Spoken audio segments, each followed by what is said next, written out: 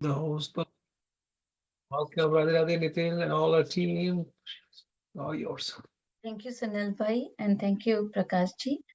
Good morning, good evening. Welcome to Daily Wisdom from Bhagavad Gita session. Radhe Radhe, Nitin ji, over to you. Radhe Radhe. Thank you, Pallaviji, and thank you, Prakashji and Sunil Bhai, for a wonderful session. Radhe Radhe. Good morning, good evening, everyone. Hope you're having a great start to your day. Had a wonderful day. We had a 1 day break in between, but we are back to our normal routine. So, a very warm welcome back to you. I see quite a few faces, and I see somebody joining from an international airport as well. So, good going. Let's get started. I'm going to share my screen. Let's get underway with our topic, and we're going to discuss. I hope you're able to see the screen. Yes. Okay, so let's get started with our opening prayers. Gurur Brahma, Gurur Vishnu, Guru Devo Maheshwaraha, Guru Sakshat Parabrahma, Tasmai Shri Guruve Namaha. Vasudeva Sutam Devam Kamsachanuramardanam Devaki Paramanandam Krishnam Vande Jagadgurum Krishnam Vande Jagadgurum. All right, so Radhe Radhe, good morning, good evening, everyone. Let's get started with our soul soup. So, by the way, today's Gita discussion is going to be around Sankhya Yoga versus Karam Yoga, right? Lord Krishna has used that term.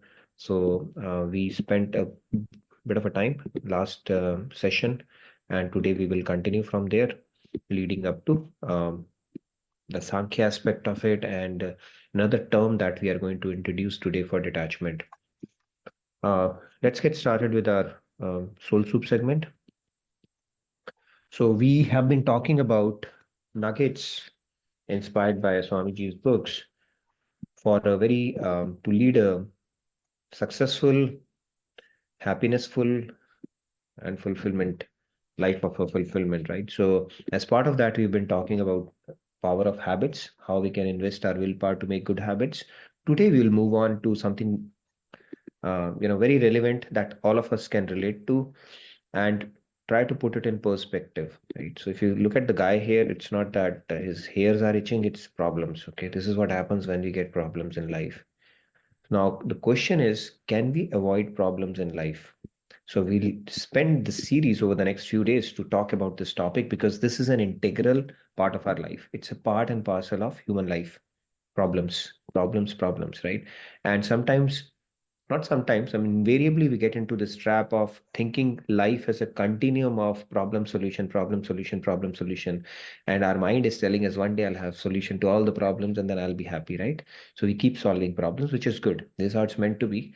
But how do we look at problems in perspective is what we are going to invest our time on as part of this series over the next few days. And no discussion in life can be complete without a sound strategy for handling problems. Right? We are going to get problems. It's going to happen. Now let's get started on this. There's a Murphy law. It says if anything can go wrong, it will go wrong. This is Murphy's law. So we should not really be surprised when we have problems in life. In fact, we should be surprised if there are no problems in life, which we do have phases, but it's more of an exception than a norm. Norm is a problem. That is how it's meant to be. Now, the key is when issues do crop up, which is going to happen anyways, then what mindset do we adopt against them is the key to success.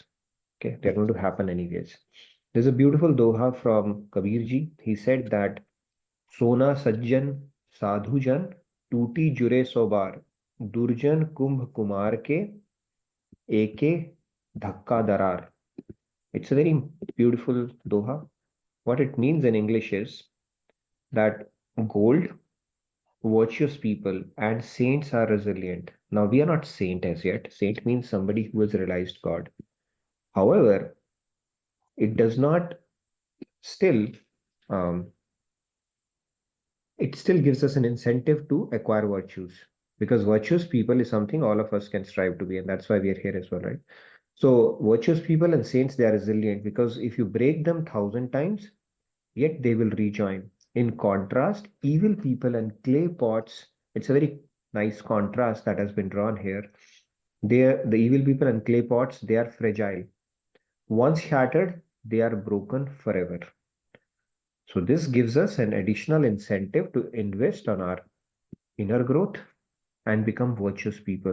The good we become, or the gooder we become, the happier we are and the more resilient we become. And that is essentially the purpose of spirituality as well. Spirituality is all about purifying our antakaran. When we purify our antakaran, we become virtuous. The Devic good or the godly attributes will start manifesting because we are a fragmental part of God only. So when we become good, we'll become resilient as a byproduct. That is the resilience we can encash upon or draw upon when these circumstances come. And our perspective is anyway going to change in facing those problems because problems are a part of life, right? So it's not that they will not face problems on this path, but they will have a mindset that will enable them to remain positive even in the face of adversity and utilize the negative situation for their benefit. And this is what we will continue to talk about as part of this series. There's another saying in Hindi, I'm forgetting, it says that मारा माया की मार से बच सके ना कोई मूर्ख ज्ञानी भुगते ज्ञान ते मूर्ख भुगते रोए. So nobody can escape the beatings of Maya. It is how it's meant to be, this world, right? This world is dukhale. A wise person will deal it with knowledge, and a person with dim intellect would deal it by crying. Okay, so now the choice is with us. Do we want to deal with things that come in our life with knowledge, or do we want to resort to the more mundane or a worldly reaction towards any adversity, which is whining and crying? So, hope you got something out of it. For today's, let's move on. So, see, it's a very important concept. We think that life is a problem. It's something we need to run away from. But the fact is, problem is a part, and this is the very design of the world. Problems are bound to come, and in fact, we need to preempt problems. That problem is going to come. We cannot do anything about it, but the mindset that we adopt can go a long way in making that problem as a catalyst for our inner growth as well. So we will peel some more layers around this beautiful concept that all of us can relate to. Each of the nuggets that Swamiji has presented in all of his books is very, very practical. We can draw a lot of inspiration from it and strive towards making a course correction in our lives, especially if these are some of the things that trouble us periodically. All right, with that said, let's move on. Let's move on to our shloka. I'm going to recite it and then you're welcome to follow along. We'll take a few hands. Sankhya yogo prithak balaha प्रवदन्ति न पंडितः एकम् अप्यास्थितः संयोग उभयोर्विन्दते फलम्. Let's take a few hands. Uday Kumar ji, Radhe Radhe, please go ahead. Radhe Radhe. सांख्य योगो पृथक बालः प्रवदन्ति न पंडिताः एकम् अप्यास्थित सम्यग् उभयोर्विन्दते फलम्. Radhe Radhe. Thank you, Teji. Radhe Radhe. Let's take a few more faces. Yeah, Before Sri Ramya ji, Radhe Radhe, please go ahead. Yes, Shri Ramya. Radhe Radhe.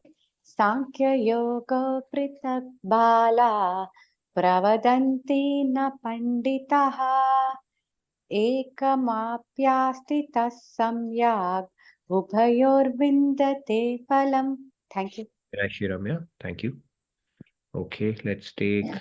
Shyam ji, Radhe Radhe, please go ahead. Yeah, Radhe Radhe. Radhe Sankhya Yogo Pratik Balaha Pravadanti na Panditaha Ekamapyasthita Samyog उभयोर्विन्दते फलम्. Radhe Radhe. Thank you, Radhe Radhe. Aparna ji. Aparna ji, Radhe Radhe, please go ahead. Oh my Radhe God. Radhe साङ्ख्ययोगौ पृथक् बालाः प्रवदन्ति न पण्डिताः एकमाप्यासितः स्थितः सम्यग् उभयोर्विन्दते फलम्. Thank you. Thank you, Aparna ji. Very nice. I see Sandhya raising hand. So are you below the Eiffel Tower, Sandhya? I don't think anybody would have attempted it from a French airport. Yeah, go ahead, please. Radhe Radhe Radhe Radhe, सा- please go ahead. साङ्ख्ययोगौ पृथक् बालः प्रवदन्ति न पण्डिताः एकम् अप्यास्थितः सम्यक् उभयोर्विन्दते फलम्. Very nice. So Sandhya she's traveling right now and she's joining in from an airport. So that's her commitment to these sessions. So it's really commendable. Thank you. Yes, Riya ji, please go ahead. Radhe Radhe, Riya ji, please go ahead. Riya ji. Thank you. Radhe Radhe. Sankhya-yogo pritak-balaha प्रवदन्ति न पण्डिताः एकमप्यास्थितः सम्यक् उभयोर्विन्दते फलम्.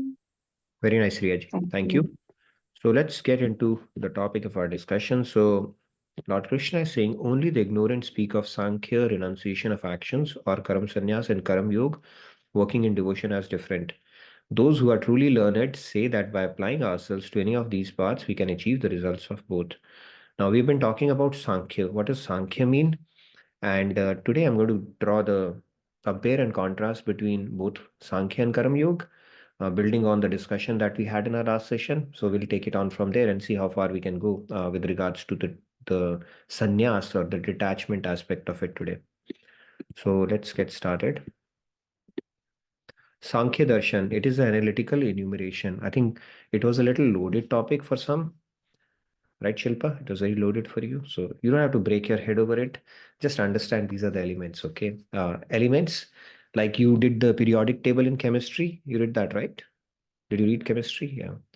So similarly, we also have, not we, I mean, all of us, God has these elements, 24 of these. So you just need to understand these are elements and something happens with these elements. Okay, something gets created. All the elements, some of the elements come together and create something out of it, right? I'll try to explain that and then we'll get into the compare and contrast between Sankhya Yoga and Karam Yoga today. So what are these elements? It's metaphysics. Now, you are reading metaphysics here. How many of us get that opportunity to do that? Very few, right? So it's by Kapil. In Kapil Darshan, that's where the analytical study of our scriptures is. So if you are a very logic-driven, rational person, Kapil Darshan, I don't recommend reading that other than Bhagavatam. I'm just telling you. Okay, don't start reading Brahmanandwali and Kapil Darshan because end of the day, we have to do Radhe Govind, Govind Radhe. So don't utilize, I mean, I'll bring in the things that you need to know. So, but just letting you know, in Kapil Darshan, it talks about the analytical study of these material elements. What are these material elements? It all starts from Purusha, Param Purusha. Okay, through it comes Prakriti. We are part of Purusha only. So we are his Tatastha Shakti. Okay, and then he unleashes or manifests Prakriti. And he said, Prakriti, what is Prakriti going to do? So he simply glances at Prakriti. Okay, by glancing itself, God can impregnate Prakriti and it sets into motion. Through it comes the Mahan Tattva. These are all subtle elements. And through it comes the Ahamkar Tattva. And there is a Pradhan Tattva as well, which is the driver behind the three gunas, the three modes of material nature: goodness, passion, and ignorance, which is Sattva, Rajas, and Tamas. Then come the Panch Tanmatras. Okay, these Panch Tanmatras are sound, touch, form, taste, and smell. And then they map to Panch Mahabhut, which is ether, air, fire, water, and earth. Okay, these are the 5 elements that come. And then 5 Karmendriyas, Gyanendriyas, mind. So they all make up for the periodic table, so to say, of this creation. Okay, there's nothing beyond to be known beyond that. Okay, you can know each of these elements, and that is essentially what Sankhya Yoga, or the analytical study of these elements, is. Some people take that path to understand those elements. Even in samadhi and states that you go, you start experiencing some of these subtle elements. In devotion, we don't worry about that. Okay, in Karma Yoga, we don't. I'll explain that to you as well. What are these elements we are talking about? So we spoke about what happened. 5 gross elements: ether, air, wire, right? The 5 sense objects: sound, touch, sight, taste, smell. 5 working senses, 3 subtle elements, 1 pradhan. These are all 24 elements that are out there that encompass this entire enumeration of all the elements that are there to be known. The final element is Purush, God himself, which is called God realization. Anything less than that is not God realization. It is partial God realization. So you can go up to a certain level through your self efforts, but you cannot conquer Maya. In order to know Purusha, you have to surrender to Purusha, Param Purusha. Okay, let's just understand that. But these are elements. Now, you can relate to. You can relate to the 5 senses. You can relate to your Karam Indriyas, Gyan Indriyas, mind. This is how it comes about. It all emanates from the subtle elements called Ahankar, Mahan, and Prakriti. And all of the driving force behind that is God himself, which is the Paramatma aspect of it. Okay. Now let's move on and go a little deeper into that. Now, this is called analytical study. We do that in the material world as well. We go and analyze stuff and go to the source of things and try to break it down to the fundamental building blocks and stuff like that. Similar to that on the spiritual side, see, analytical study of this material world, they're not sufficient by themselves. They have to find the spiritual power behind it. Now, people, they study the material world, but some people go a little deeper. They say, oh, okay, we have to go behind the real thing behind it. Okay, there is a God particle which is sustaining everything. For example, all the subatomic particles, if you look at science, that search for elusive God particle is still going on. Right? They call it God particle because they can't capture it. So some people go to the physics level of it. Motion, there is a motion, and what is responsible for that motion? There is another force. That force, invisible force, we have not been able to capture it as yet. Okay, God particle, so to say. And that force is responsible for maintaining everything. So think of it. Even a subatomic particle, if it loses its velocity, or the mass that it has, or the spin that it has, or the distance that it has from others, one of the variables shifts, then everything will become plasma. There will not even be any solid matter at all. What is maintaining? A solid is a solid, or a liquid is a liquid. That is a force, subtle force that people who are in the Sankhya Yoga try to go after. Okay, neti neti, they reject stuff. Okay, this is not me, this is not me. What is that thing? That quest is basically the purpose of the Sankhya Yoga. So sannyasa here means generally those who have taken a pronounced order of life, they search after the supreme truth, make an analytical study of this material world, and go and try to search for the subtle force behind it. Okay, what is the cause of all the causes? Okay, that is how they approach it, and that is why it's called Sankhya Yoga. Now let's look at some more attributes of Sankhya Yoga.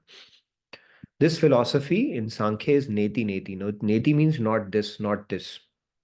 And the intention is to uproot this understanding that I am not the body, I'm not the mind, you're not the body, you're not the mind, right? When if you look at the Gyani, they talk about, okay, I'm not this, so they start rejecting it.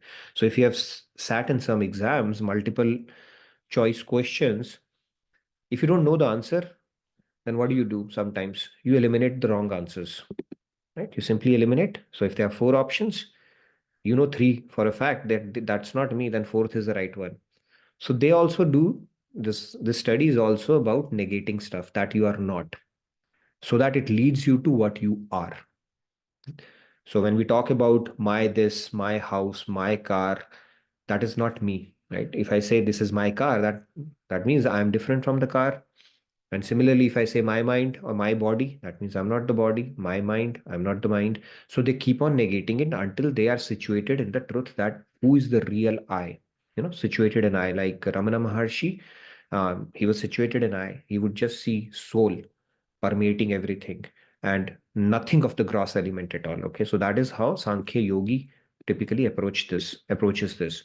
Now, in philosophical tradition, Sankhya, anyway, we have spoken about it. It means number or to count, and you get down to all the elements, all the way up to Prakriti and to the Purush. That is the process that is followed in Sankhya Yoga. Now, the goal of this analytical study of material world is to find the soul of existence, soul of the soul, which is Paramatma. Eventually, it leads to you to a realization that super soul or Paramatma is the cause of all the causes. And if you look at the modern science as well, it is also an offshoot of Sankhya Yoga only. Why? Because it is doing a bottom-up discovery. It's not a top-down discovery, right? It's a bottom-up discovery. We are trying to figure out stuff. We are trying to figure out laws governing this nature. Newton did the same. Einstein took it to another extent. And then, of course, now quantum physics and other things have come in place as well. So it's like you're analyzing and splitting the elements of the world, like like we studied the matter in chemistry when we were studying as well.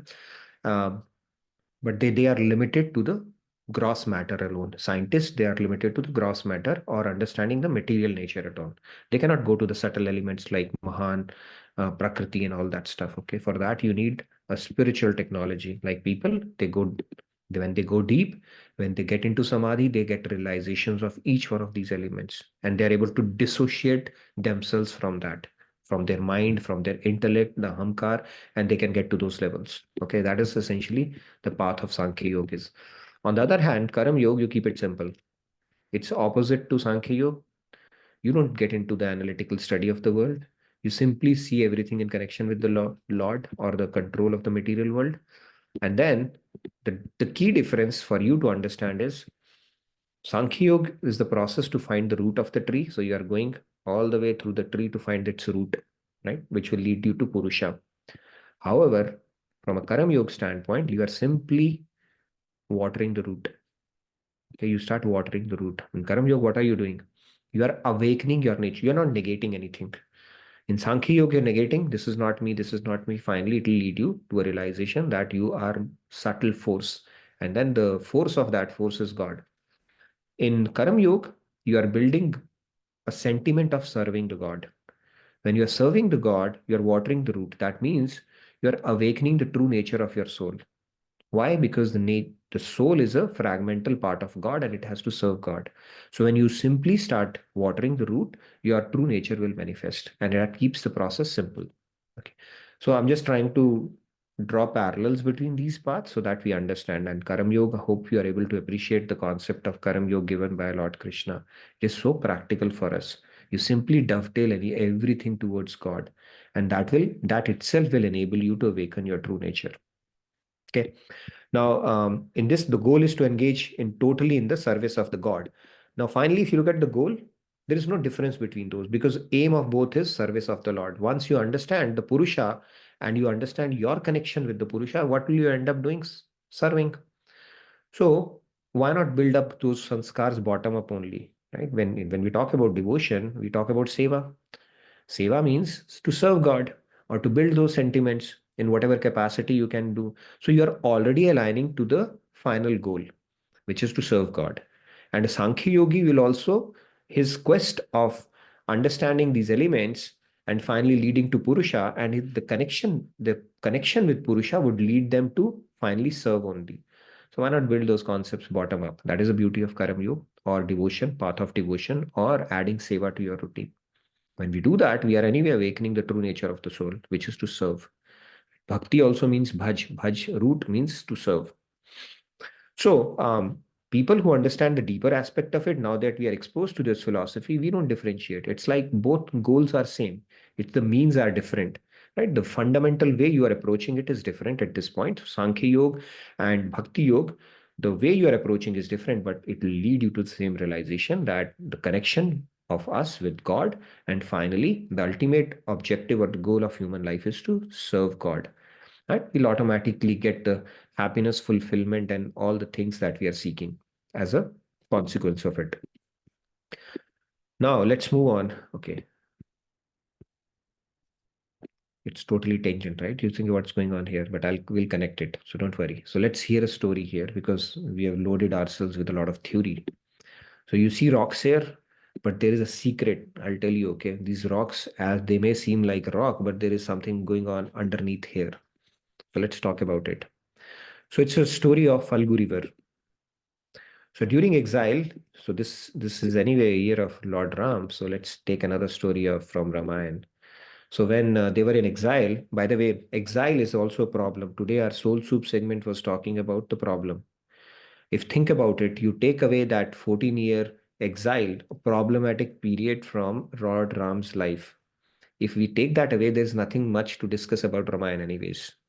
Those 14 years actually gave us everything that we need to. It revealed who God is, what God loves, how does he go about, his Leela. And so many virtues came to the fore that we can take inspiration from. How did it happen? The problem that happened in his life. So problems are actually good.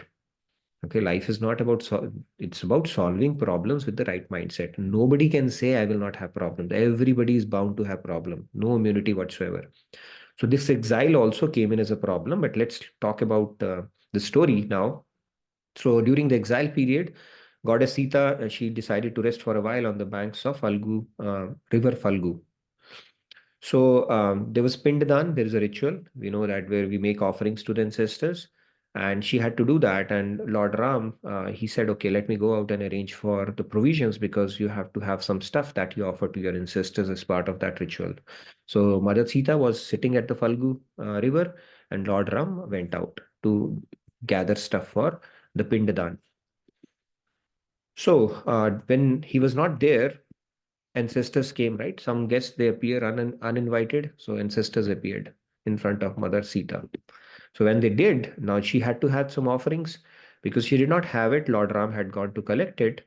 Then what she did was that she made a cow and sacrificial fire. River Falgu was there, Brahman and a tree as witnesses. Okay, she said, nevertheless, let me offer it to them. But because he's there, he would say, how did you offer it when you didn't have the stuff? So she made all these cow, the sacrificial fire, the river Falgu where she was sitting, and the Brahman tree, they all as a witness that I did make the offerings. And Lord Rama came and questioned them all. See, it's part of the Leela only. So don't start questioning why did Lord Rama did that and stuff. They do it as part of the Leela to drive home some concepts and things. So we simply take it. So he questioned and they all refused. Okay, they said no. She did not. Why? Because they wanted, okay, another set of offerings to be made. So they refused other than the tree itself. So with the hope that she's going to make another round of offerings. So as a result, Mother Sita cursed all, including that Falgu river, to run below the earth's surface to hide her head in shame for lying. So it was a curse of Mother Sita because of which the Falgu river, although it's there, it's hidden. So that is the secret here. So now if you look at this bed that we had, it's appearing dry to you. However, the thing is, if you scratch the surface, it's not truly dry. You see, there's a river behind it. That is the key thing. So although it is, looking dry, but it is truly not dry. Now you say, what's the point of telling us this story, right? The point here is there's a term because of this Falgu river, there's a term that is coined in our scriptures called Falgu Vairagya. So there are people who will show, they are dry from outside. Okay, they'll put up a nice face. But from inside, they have not really renounced. Like that Falgu river, right? It's looking dry on the outside, but there is water underneath. So when you scratch the surface, then their selfish desires and ego, it starts manifesting. So they have not conquered it as yet. It's there, but just concealed or hidden at this point. Or maybe we can say the seeds are still there. And that is where this Falgu river, that reference is made in our scriptures. Anything that is done superficially, which is truly not happened, is called Falgu. That leads us to the types of Vairagya. Now, Sankhya refers to Karam Sannyas. Again, back to the word Sankhya that we've been talking about. Or renunciation of actions with the cultivation of knowledge. What will happen? You start understanding, cultivating the knowledge, understanding the different elements of the nature, and then you start rejecting, this is not me, right? And then you make that study as the focus of your life to get to the root or the source. So when you do that, you have to renounce stuff. People renounce actions, right? Now, when they renounce actions, their there are two kinds of actions. One is a spiritual duty and one is a social duty. Karam Yogi does both. We spoke about it because it's a insurance policy for them, because if they are not able to discharge their spiritual duties, at least they are doing their social duties. So there's a safety net there. But any other yogis, if they are simply making spiritual quest, especially the Sankhya yogi, that I'm going to get to the source of truth, they may end up renouncing actions as well. Now, those renunciation can fall into two categories. What is the two categories? Which is Vairagya. Vairagya is detachment. So the root behind Vairagya is, it's made up of two words: Veet plus Rag, opposite attachment. What does it mean? It means that this is renunciation. Rather than getting attached, it is a renunciation of that part. And this falls into two categories. One is the Falgu Vairagya that we have spoken about. It's like a tip of an iceberg. There's so much underneath that is hidden at this point. And then the other is called Yukta Vairagya. This is the real Vairagya. Okay. The other one is a superficial Vairagya. Yukt itself, as the word suggests, it is linked or connected. Yoked. Yoked means tethered, or you have some kind of a hook there. For example, you might be like a calf, or an elephant. It is tethered to some kind of a hook, right? So that is called yoked. It is attached to it. Or your mind might be yoked to something. You might be doing something. Unless it is yoked to God, it is not Karam Yoga. So yoke means where it is attached, or where it is naturally going. So that is called yoked Vairagya, where you are yoked. It is a true Vairagya. And like the name suggests, Falgu Vairagya, it is artificial renunciation, where your mind is still attached to Maya. It's like an iceberg, looks deceptively externally, while attachments lie beneath the surface. This is true renunciation, where you attach your mind to God, and it can only be useful when linked to God, just like a cart is useful when you to a bullock, as you can see it in the picture. Now, the key difference between these two Vairagyas is the Falgu Vairagya happens when you run away from the world. You say this place is a place of misery, and I'm going to run away from misery. That is called Falgu Vairagya. But when you turn your back towards the world with an understanding, deep understanding, and a realization that there is neither happiness nor misery in this world, then it is called Yukta Vairagya. And Yukta Vairagya, until you have Yukta Vairagya, there's no point in renouncing the world. And that is why it is said, anything that is suffixed with sannyas has to be done under the expert guidance of a guru. You cannot take a call on yourself that, hey, I'm ready for,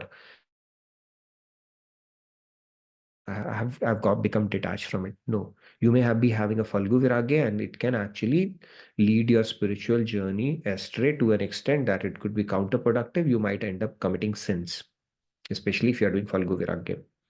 So Yukta Vairagya is the state you would reach, and Yukta Vairagya would be like a fruit, right? Ripened fruit, it automatically falls down from the tree. It doesn't have to be forced.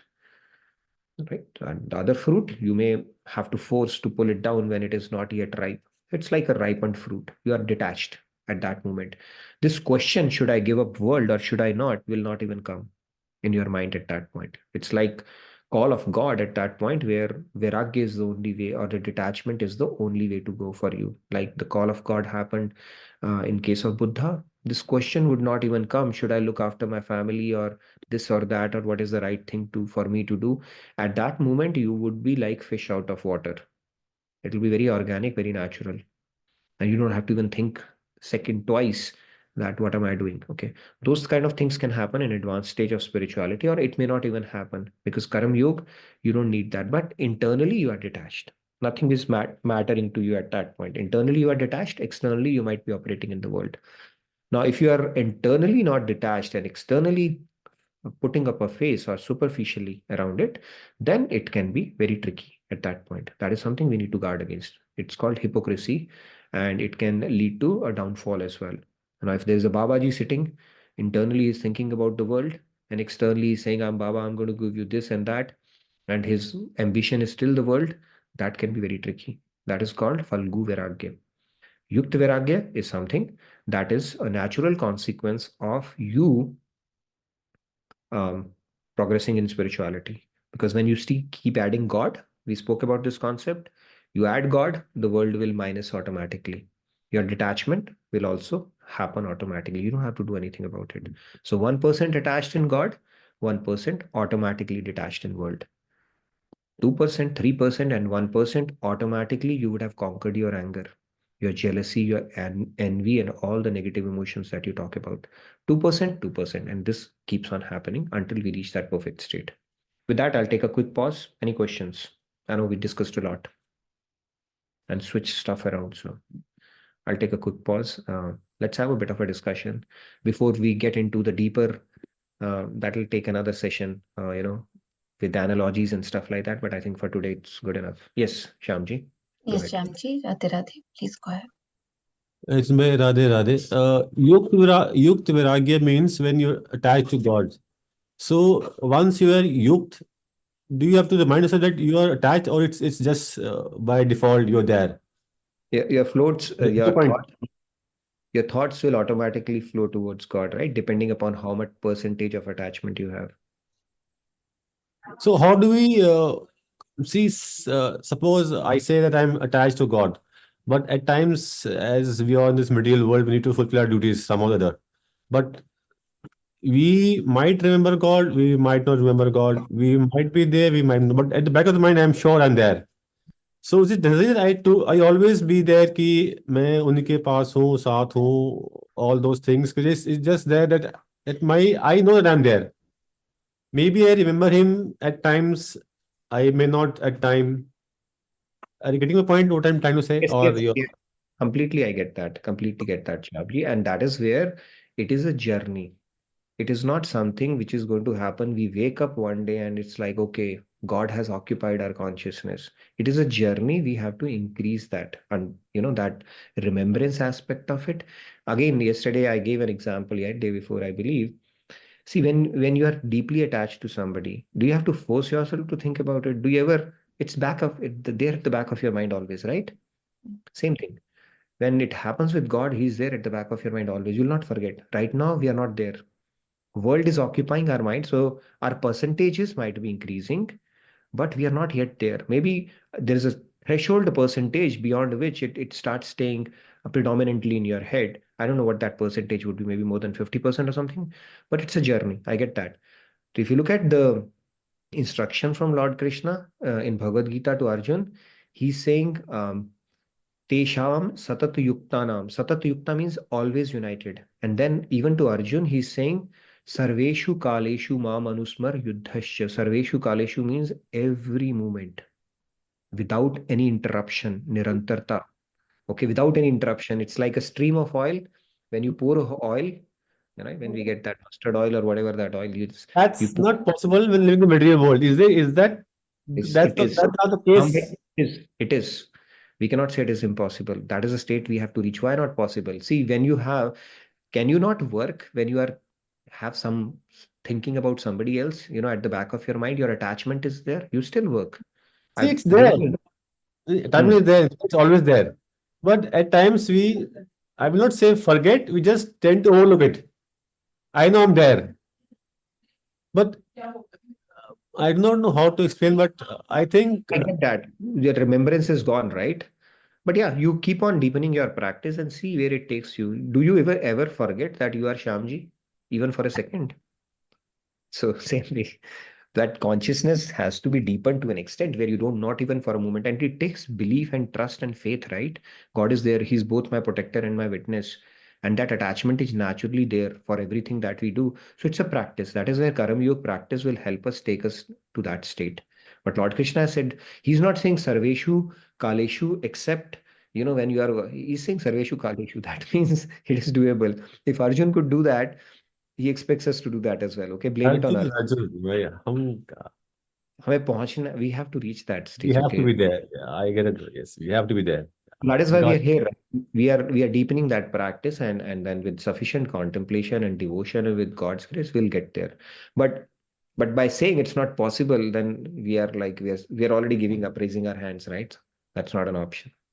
We will so get even there. time we have to be there. Remembrance has to be there. Continuous. It should not stop, Yes. no matter what happens. Remembrance means that attachment part of it. I Attachment is give there. attachment. I told you that story, right? That boy who goes to ask for a girl's hand, and Yeah. her father says no. So now he's working and he's working really well in his office. He's really performing well, getting top ratings. So when he's performing well, you think he's forgotten the girl, that attachment that, okay, finally I'm doing it to get the hand of that girl, not the Well, hand. never thought about it. That's what the point is. See, I know my point is there. I know what my goal is. But my only thought is that at times I might overlook it. I You do have not thought forgotten I you might married. overlook it, but back up and I know that that's my only goal, only achievement, only source. So yeah, so it will become a perpetual thing, is what Lord Krishna is saying when you deepen your attachment. Okay. Mhm. When you're deeply in love with God for everything, it will remain there. Maybe you've forgotten when you married Nina ji, right? That thought used to persist your mind always. You've forgotten that, okay? But that way God says, okay, I need to be at your head, back of your head all the time, no matter what you're doing. So Okay. Uh, Getting it. Yeah. Thank you so much. now I don't have to negotiate with you. Nina ji will take care of you, I think, if she heard that. So, Nitinji, Radhe Radhe. anyways, men and yeah.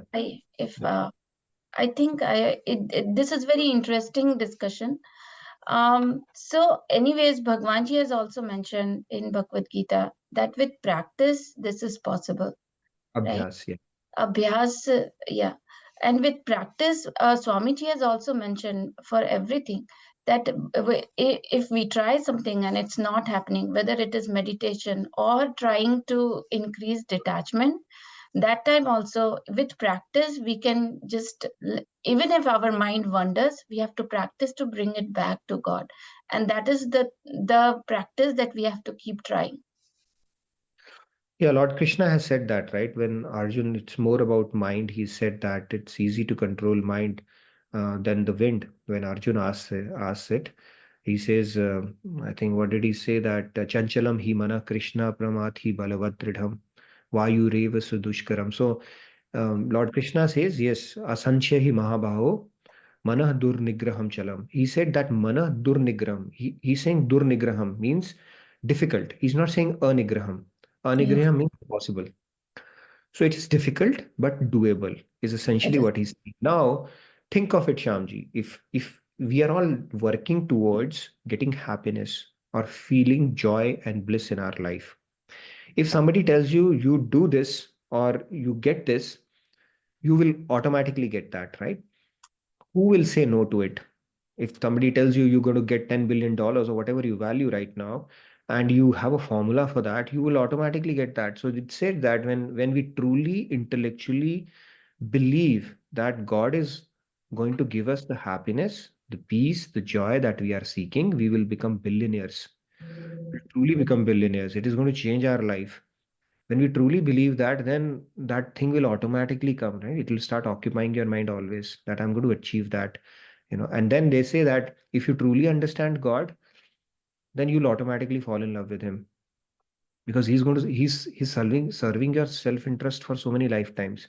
We get tears for our biological parents. The day it will dawn upon us what God has been doing for us, we will start having shedding tears for God himself. That realization does not sink in. What he has been doing for us, our spiritual parents have been doing for us for so many lifetimes and waiting patiently for us. So that the day that realization will dawn, and it said the soul will start shedding tears automatically. So that's where, with knowledge, with contemplation, with God's grace, as we keep progressing on this path, I think one day it will happen, as we keep on purifying ourselves. But it will happen. It is difficult because we are in a conditioned state, but we cannot lose hope. We have to be ashavadi, optimistic around Yes. it. So many people in flesh and blood have done that. So many saints have done that. Now we'll say they were saints. No, they were not saints. They became saints. Like Swami Vivekananda said, right? If one person can achieve super consciousness, then so can you and I. So we have to take inspiration from that, and we have already taken the first big step, if you think about it, putting faith in Krishna's words in Bhagavad Gita and listening to it and making it a priority. So what else can we hope for? We've already taken a giant leap. It will happen in due course of time. It will do its magic. Very well said, Nitinji. Payalji has also mentioned the same thing in chat, that we have so many examples of saints who have reached that stage. Like as mentioned, Raman Maharishi ji, Mirabai, and she has named saints. True. And I'll tell you an example of Surdas ji. Surdas ji, he was blind. He could not see. But then he could have darshan of Lord, right? So when Lord actually manifested in front of him. So, anyways, I'll not get into this. Manifested in front of him, he said, "Ask me. I'm very happy with your devotion. Ask me anything that you want." And he said, "Take my eyes away again, because after seeing you, I don't want to see anything else." Nevertheless, there was an incident that he was walking back, and there was a gaddha, there was a pothole in front. So Krishna thought that, okay, my devotee is going to fall down. So when he was walking, he came and really helped him out, maneuvered him just so that he could avoid that pothole. Surdas being Surdas, he understood, right? He did not have eyes, but he was a saintly personality. He understood it was Shyam Sundar there. So he tried to catch him, but Krishna being Krishna, right? You can't catch him. He does not enter the trance of big yogis. You can't just catch him like that. So he ran away. Okay, laughing, he ran away. So Surdas, there was a famous verse he said at that time. I've forgotten that verse, but I'll translate it loosely. He said, Moso nirbal jaan ke, so thinking of me as old and weak, you have run away from me. But I will really think of you as a man if you can run away from my heart. You can't run away from my heart. So that means he always had him in his heart. So he said he challenged Krishna that, okay, you can run away from me physically, but you cannot run away from my heart. So if you can do that, so that is the state we have to reach, right? The way that image, that feeling, that love, that attachment is perpetually situated in our heart is essentially the stage we have to reach by deep contemplation, meditation, and really thinking about this deeply. Yes, Monica लेकिन ji. भाई वो stage आ गया है, पहुंच गया है. Radhe Radhe. Awesome. So next time we go to Banke Bihari, Shyamji is not to be seen. Okay, he may go away. Banke Bihari ji. Yes, Monica ji, please go ahead. Monica ji, Radhe Radhe, please go ahead. Radhe Radhe. Shamji, I see your challenge. In fact, I'll just share my personal experience because it's, see, when we give examples of Arjun and when we talk about gopis, they've seen Krishna, right? So they've experienced him some way. So it's, I mean, once you see him or talk to him, then nothing. I mean, you don't have to do anything, right? You're just attached. But here, you start experiencing him when you try and do everything for him, right? I understand when you said, I understood when you said that, at times, kabhi kabhi dimag wahan nahi jata. Kabhi kabhi when we are talking to people. So what I have done, and I'll just share my personal experiences.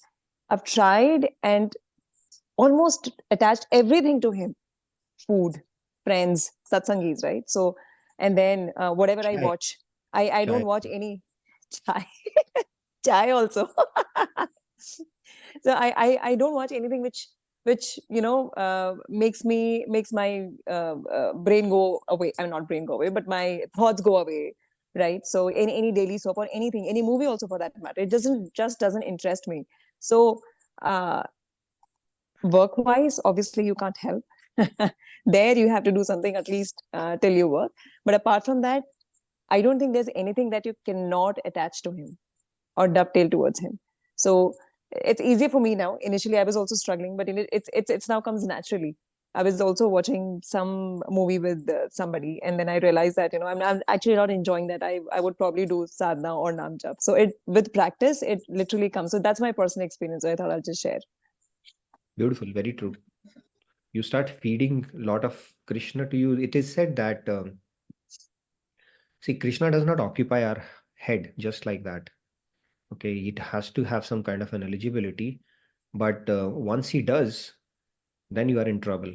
He'll not let you do anything. So it Yes. once Narad ji, he said, okay, let me see what kind of meditations gopis do. So there was a gopi who was sitting on a lakeside or a pond side, and she was doing some kind of a meditation there. So he said, okay, what are you doing? She said, I'm trying to take Krishna away from my head. No matter where I go, he comes. So just imagine the state. It's the other way around. Yes. So then it's happening the other way around. He'll trouble you basically so much that you are not able to operate. But that's a good state. It's a good problem to have. But then for us to reach that stage, of course, we would have to do some effort around it, right? But once it happens, he's called Ras Sindhu.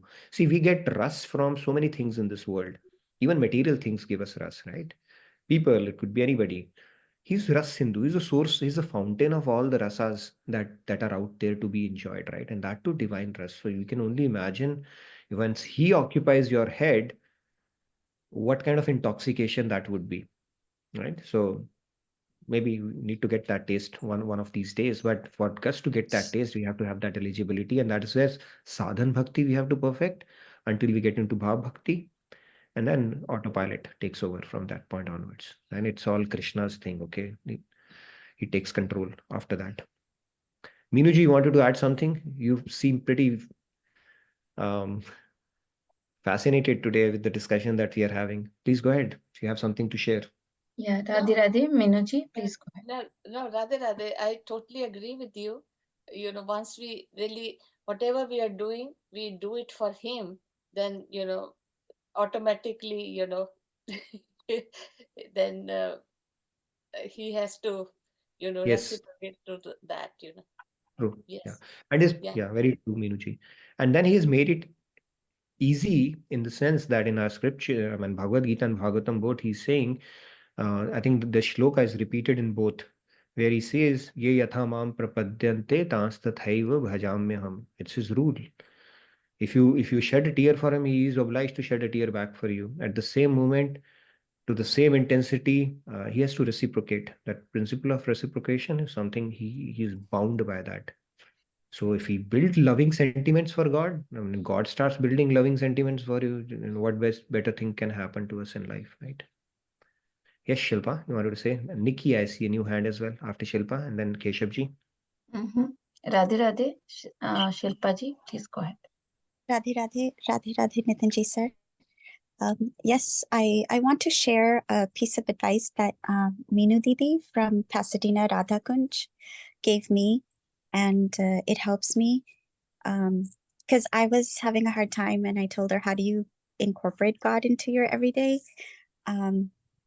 And she said, you know, even when you're like, my question was like, well, if I'm cooking, and especially if I'm cooking just for myself, she said, well, you're cooking for God and give bhog and then eat it. And then I said, well, how do I know it tastes good? She said, well, if you're, you know, taste it and then give your best to God. I really tried that practice.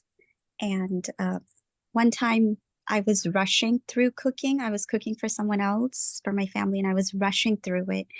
And my cooking was burning. My tortillas were burning. And then I started thinking that I'm cooking for God. I'm cooking for Krishna. And I started to really pay attention to my task. And it improved that task and improved the cooking. Even though I was cooking for human beings, once that thought came into my mind, not just that thought, I think, was purified, but the task at hand was also purified. So that was one of the advices that she gave me. And I try to keep that in mind, that even if I'm doing the task for myself, I'm not doing it just for myself. I'm doing it for Kanhaji. And Beautiful. it also echoes with what one of Swamiji's lessons of the Chalta Hai attitude, that if we do it for God, then we tend to do it with more perfection than our Chalta Hai attitude. Because if we do it for ourselves, then it's Chalta Hai. But if I do it for God, then I tend to do it with more perfection. Beautiful. Very nice. Thank you, Shilpa, for sharing that. Thank you to Meenu Didi. Thank you, Meenuji, for sharing that nugget with her. And Swamiji has also said in one of his lectures, if you look at some of the greatest architectures, greatest dance forms, they have all been inspired by God only, right? Classical dance forms, they are all inspired by God. Even some of the greatest architectures in the world, they were inspired when you dovetailed it towards God, greatest one of the temples and stuff like that. So yes, when you start dovetailing it towards God, that even the Chalta Hai attitude would go, and you'll start reaping the benefit of it in your day-to-day life as well, even in your professional life, because now it's no longer about your own enjoyment, right? So it'll take your expertise, skill set, and mindset, everything to another level altogether. Thank you for sharing that, Shilpa. Keshavji. Nikki was there. By the way, Nikki, if you're still there, would love to hear from you. I think you raised your hand for the first time. If you're around, please raise it. After Keshavji, we'll take your hand as well. Yes. Keshavji, Radhe Radhe, please go ahead. Radhe Radhe ये चलता है वाली बात बहुत अच्छी लगी. I enjoyed चलता है. I was working for a medical device company, तो वहां पे भी यही होता था, चलता है, even if product is below standard तो चलता है. सो आई वहां से चल पड़ा, मैं वहां से I quit my job because वो चलता अभी यहाँ नहीं चल रहा था. Then I surrendered to Purushottam Krishna. Even when I was working, I was not working for the product. I was working for the product which is going into the heart of patients, stents, medical device. So I quit the job. And in the last couple of years, अब वो चलता है, I surrendered my head, मन and बुद्धि. मये मन आदत सब मई बुद्धिम निवेश्य निशिष्यसि मयेव ऊर्ध्वम न संशय. तो जब मैंने अपना surrender, head means man and buddhi, वो सरेंडर किया, then he takes over. Like Arjuna, he surrendered to him and then he took over. And interestingly, the truth of the matter is, though Arjun surrendered in chapter 2nd, but his real surrender was in chapter 11th, at the end of 11th. And when in chapter 12th, first shloka, he said, asked him, कि अब बता तू मेरे को, तेरे को प्राप्त कैसे करें हम, how to come to you. That was Arjuna's real surrender. Radhe Radhe. Very nice. Thank you very much. True. So when we surrender to God, He takes control. Until then, He said, okay, be my guest. So it's like mother will say, okay, she'll take a back seat if kid says, hey, I know better. But when the kid says, I'm dependent on you, mother has to take control. So same principle applies there as well. Thank you, Keshavji. Very nicely articulated. Nikki, please go ahead. Radhe Radhe, Nikki, please go ahead. Hey, hi. This is the first time I'm joining this class. I just want to share my experience that when I think about some business, I will completely get into that thoughts, like what I will do, how to proceed with that. Every full day I will get occupied with that thoughts. Then night I will think, okay, what I missed. If I start thinking about God, I'm not able to think about business. So what will I do? Then in Swami Mukundaji, in one of the YouTube video, he told, always remember that you're not one, you're two. God is always with you, so you are two. Then I got the clarity. I got the answer. After that, what I was thinking, I'm thinking about the business, and what I did is I did a self-talk. I will do this, I'll do this. So I started thinking that God is with me. I started telling him, okay, what not, we will do like this, we will do like this. No, this will work out, this will not work out. So whatever comes in my mind, I will feel like, okay, God is telling me that maybe I can do this way, this way. So I started feeling the presence. Same way, while doing the coding, I will completely get into the code. I will not know. For half an hour, I will not know what happened. Then I will sit and think, okay, I was doing the work. I don't want to do the work because I forget God. Then I started thinking, every result is God, right? We do action and result is God. So then after doing the coding, whenever the result comes, whenever I see the output, it doesn't work or it works, I will feel, okay, that is God. Still, God has not decided to give the result. So after doing every single action, I run the program, I will remember him. So that way I will spend time, how this time I forgot God, how I can remember him. Very So nice. I think even now I face the challenge that whenever I talk to someone very interestingly about some topic, I forget God. So I will think that, okay, he is sitting near me, he is also listening. So while talking to my friend, I will see other side also, that I will remember that he is next to me. So I just want to share this. You have to put your time, which way will work out for you to feel the God. So you have to find your own solution. Thank you, Thank Nikki, you. for sharing that. Where are you joining us from? Yeah, I'll go ahead and unmute her. And Nikki, where are you joining us from? I'm from Bangalore, Karnataka. Yeah, welcome to the session. Pleasure to hear Okay. from you. Thank you for taking out time to share these practical tools Very, very practical. And I think, like you said, we all have to find our own triggers around it, right? If we can bring God into the conversation and in our day-to-day life in whatever form or manner, like, so many beautiful examples you gave, Nikki, there cannot be anything better we can do to ourselves. So thank you for sharing that. Pratusha, last one before we move to our next segment. Real quick one we can do. Radhe Radhe, Pratyusha ji, please go ahead. Please fill out the feedback tracker if not Radhe. already. You posted Yes. it already? Yes. Okay. Yeah, please do fill it Radhe out. Radhe, everyone. Radhe Radhe, sir. Sir, I have like a few things that I have to share, which is like, God realization, we have discussed. But my doubt is, God realization can happen in three ways, right? One is Brahman realization, then next is Paramatma realization, and then is Bhagavan realization, right? So, in the Patanjali Yoga Sutra, there is, I think, in the first few sentences only, it says Yoga Chitta Vritti Nirodha. That is, your mind, Chitta the fluctuations in Vritti. the mind is completely still. And then that is the state of yoga where you are in, a state of attachment with God. Then the next sentence says Sada Drishya Swarupa Avasaram. That means that Drashta, that the seer, is, comes in its real place.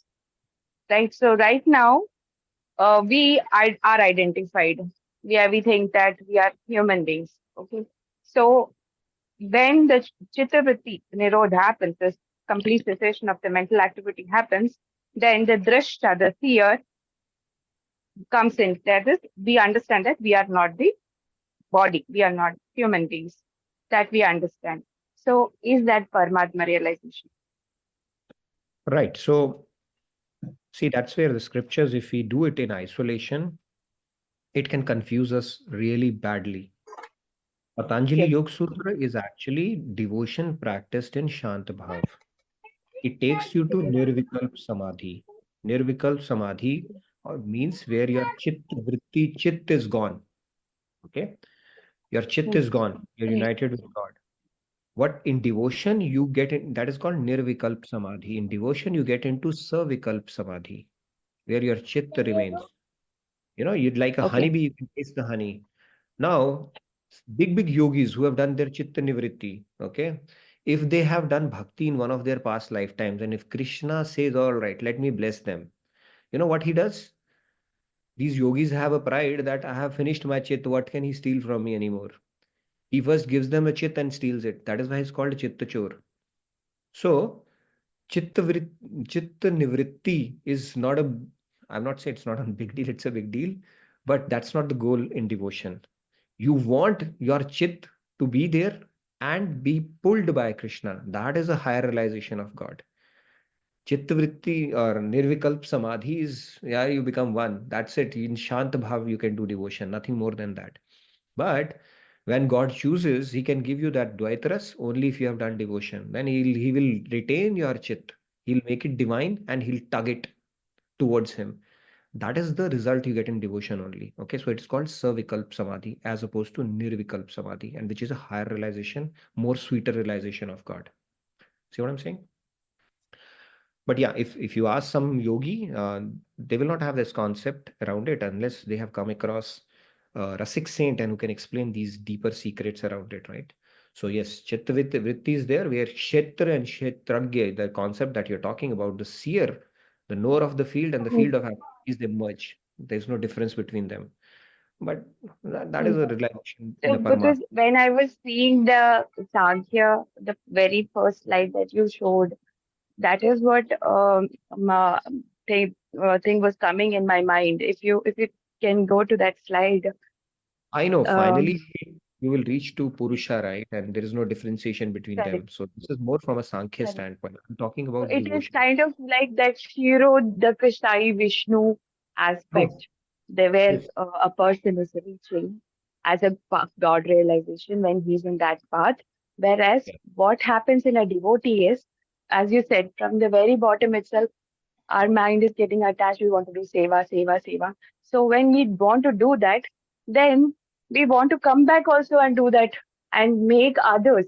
At the Shirodakshya Sai Vishnu level, we will be only looking at others' actions, probably noting down and giving the kind of punishment. I don't know So I think whether it is punishment or it's a little whatever. nuanced But discussion.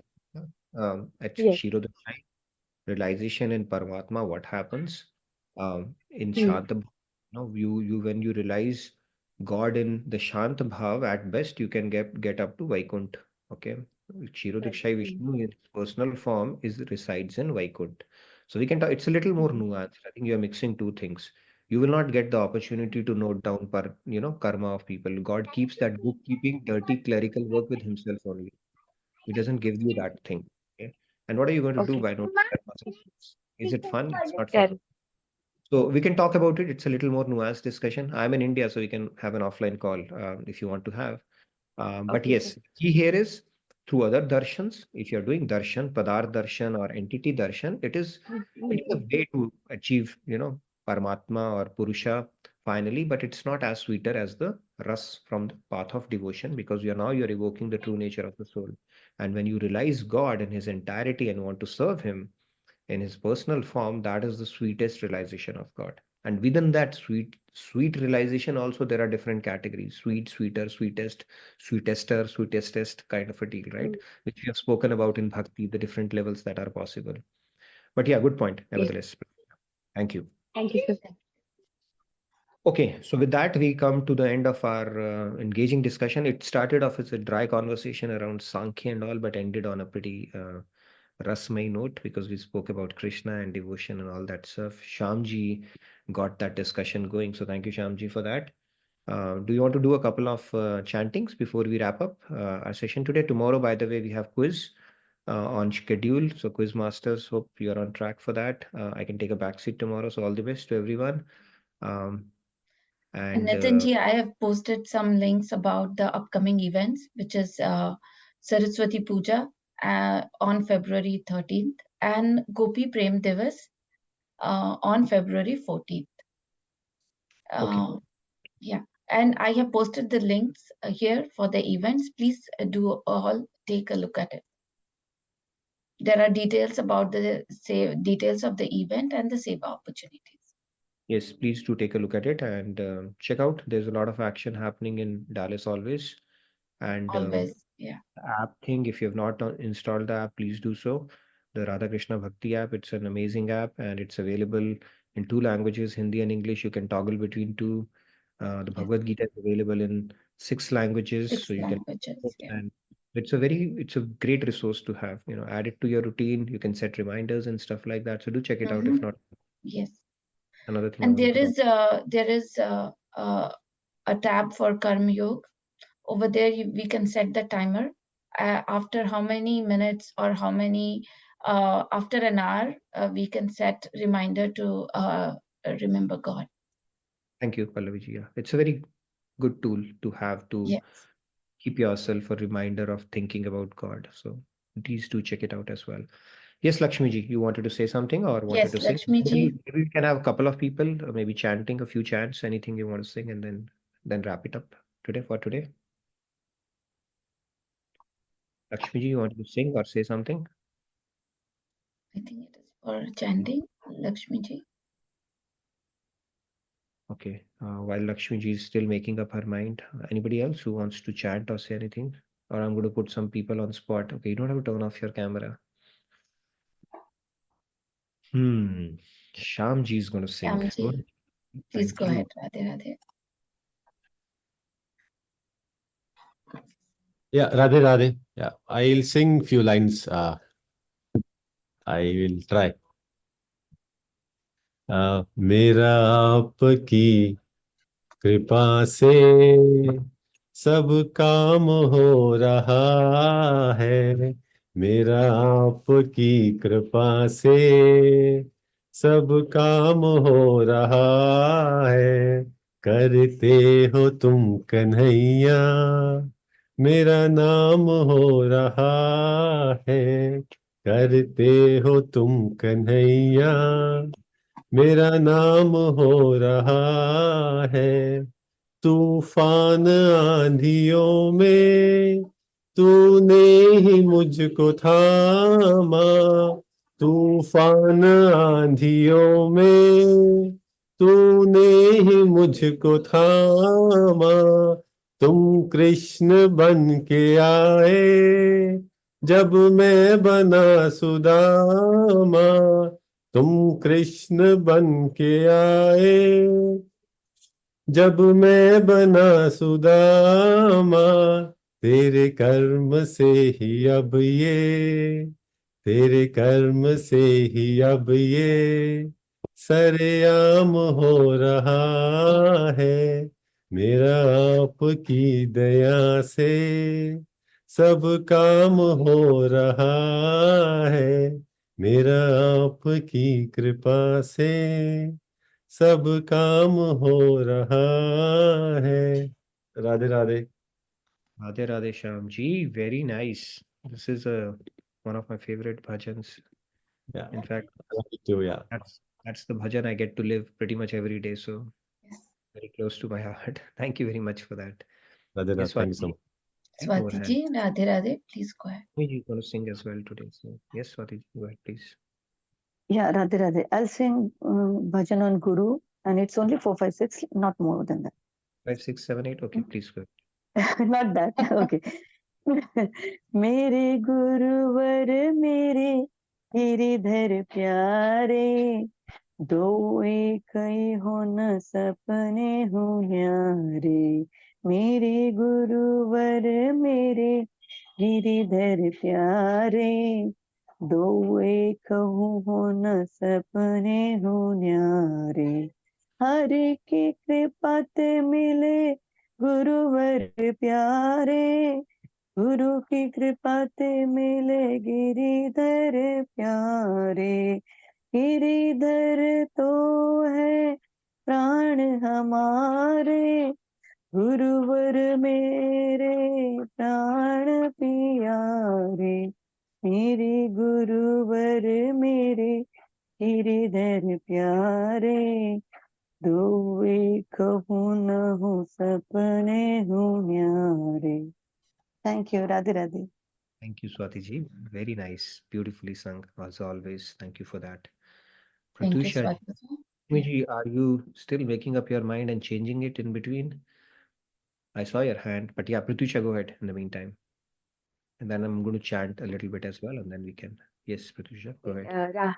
Radhe Radhe, sir. So actually, this song is in English, and I have written it and composed it. Oh my, This was written when I initially started Bhagavad Gita, and I was very attached to Shiva Bhagwan. And I was searching for answers because I was not able to understand. Sometimes I am. So at that stage, I wrote this song. English bhajan Okay, for so Lord Shiva. Let's bring it on. Let's so hear it. I always think that Michelle G is there, so this kind of she can understand. Sure. Um, my dear Shiva, you are my destiny, you are my heart. I want to be with you, oh my Lord, my dear Shiva, oh, my dear Shiva, my dear Shiva. You are a part of me, source of my energy, guiding me lovingly, raising my soul. You are a part of me, source of my energy, guiding me lovingly, raising my soul. My dear Shiva, as I walk this journey of finding myself, you give me courage and strength to become selfless. As I walk this journey of finding myself, you give me courage and strength to become selfless. So many questions I have, no answers available. Gonna dive deep within, searching courage in my heart, my dear Shiva. Oh, my dear Shiva, I know you walk with me every step of my way, even when I have been ignorant of your ways. I know you walk with me every step of my way, even when I have been ignorant of your ways, trusting my instinct, leading me to you. I'm gonna continue walking towards you, trusting my instincts, leading me to you. I'm gonna continue walking towards you, my dear Shiva.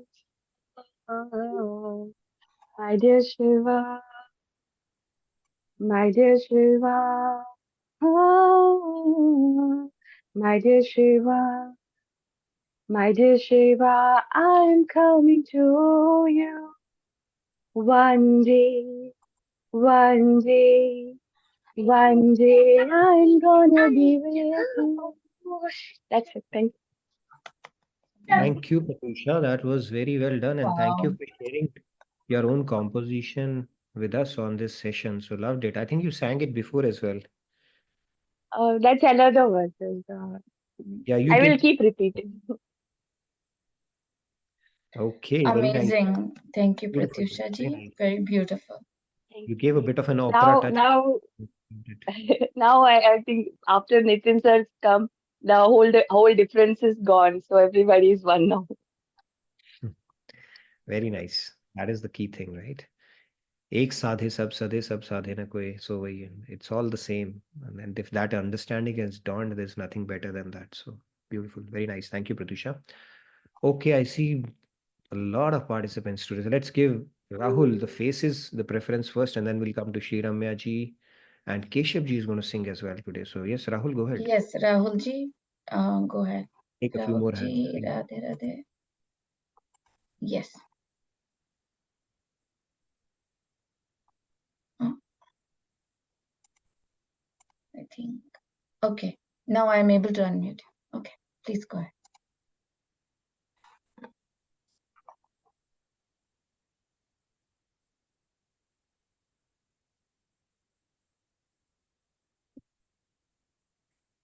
We can't hear you, Rahul ji.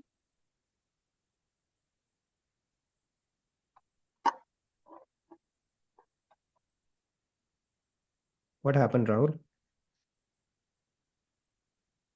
We are not able to hear you. Something's Radhe Radhe. Your audio is not. Can you hear me now? Yes, now. Yes, now. Yeah, sorry about that. Yeah.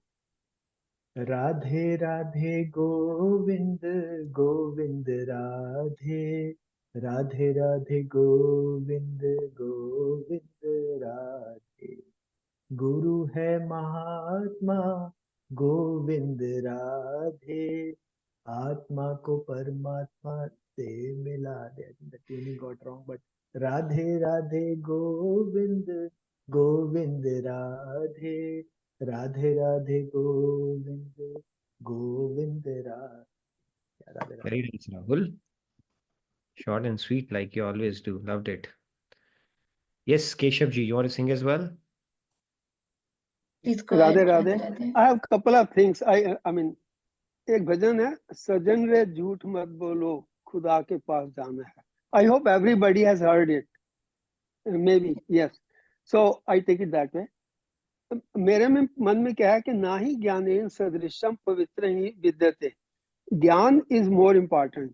तो सजन रे झूठ मत बोलो, खुदा के पास जाना है. ये गाना किस पे भजन लिखा गया है, अब इसको ध्यान देना. वेरी इंपॉर्टेंट चीज है ये. नंद के आनंद भयो जय कन्हैया लाल की, हाथी घोड़ा पाल की जय कन्हैया लाल की. इस भजन को तोड़ के देखो कैसे किया उन्होंने, जिसने भी लिखा है. वहां नंद के आनंद भयो जय कन्हैया लाल की, हाथी घोड़ा पाल की. तो वहां वो क्या भजन दूसरा जो है, सजन रे झूठ मत बोलो, खुदा के पास जाना है. न हाथी है न घोड़ा है, वहां पैदल ही जाना है. आई मीन किसने तोड़ा जाता है हमारे भजनों को और गीता ज्ञान को. मेरा दिल दुखता है. आई फील क्या करते हैं ये लोग. तो कितना अच्छा भजन था सजन, और ये कितना बनाया अच्छा है. सजन रे झूठ मत बोलो, खुदा के पास जाना है. न हाथी है न घोड़ा है, वहां पैदल ही जाना है. Radhe Radhe. I don't know what I said. Thank you, Keshav ji, for lending your voice to this session, and you get the best debut male award for today because I think you sang for the first time. Thank Yeah. you very much. Yes, yes. Thank you for that. Yeah. Shri Ramya, all yours. Shri Ramya, how are you doing? What's Radhe happening? Radhe, please go ahead. Shmi ji go. Okay, anyways, Okay. we'll be having an extended session, but maybe 5 more minutes, then we can wrap it up. Okay, thank you. I'll try to make it quick. What I wanted to sing today.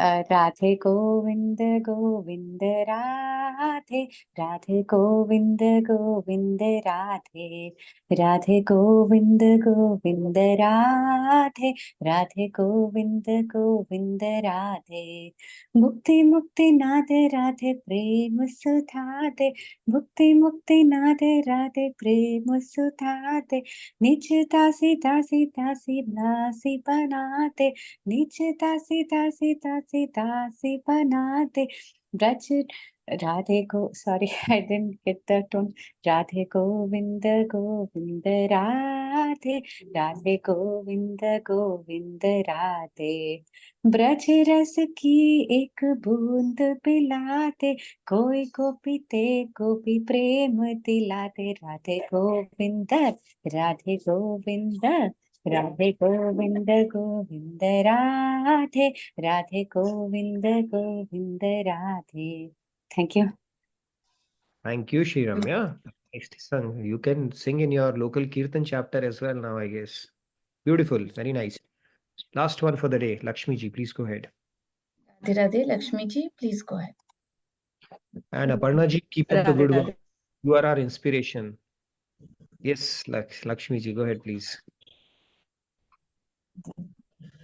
हे नाथ अब तो ऐसी दया हो जीवन निरर्थक जाने न पाए यह मन न जाने क्या क्या गाए कुछ न पाए अपनी बनाए हे नाथ अब तो ऐसी दया हो जीवन निरर्थक जाने न पाए संसार में ही आसक्त रहकर दिया अपनी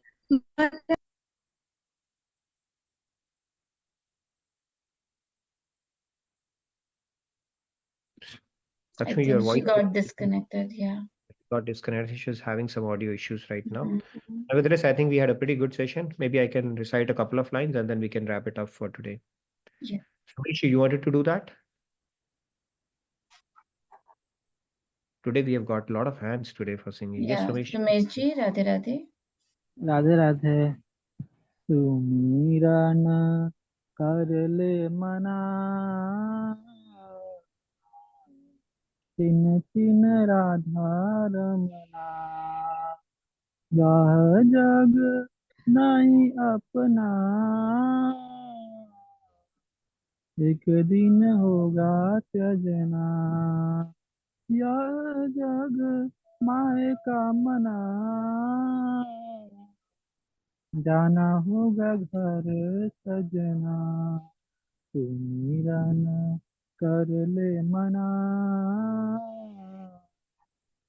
चिन चिन राधा रमना Radhe Radhe Radhe Radhe, Sumesh, and good to see you after a while. Sumesh is one of our initial participants when we started this session, and I've not Yeah. seen you late.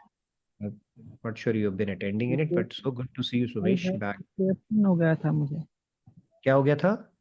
Depression Acha. Sorry to hear that. Let's talk. I have your number. We'll talk, Sumesh. But yeah, Sumesh, he has been in this session for right from day one, continued for a while. So I'm glad you are back, Sumesh. So let's talk about. And he's from the state where I have studied, from Jharkhand, and a wonderful participant. So good to see you back. I'm really glad you came back. All right. So let's quickly do the. I think we can wrap it up. Maybe I'll sing a couple of lines to wrap up. I've felt like Yes, singing it. Nitin ji, please. Yeah. It's Radha Bhajan. It's related to the topic of when we get problems in life. So, anyways, कृपा करु बरसाने वारी, तेरी कृपा का भरोसा भारी।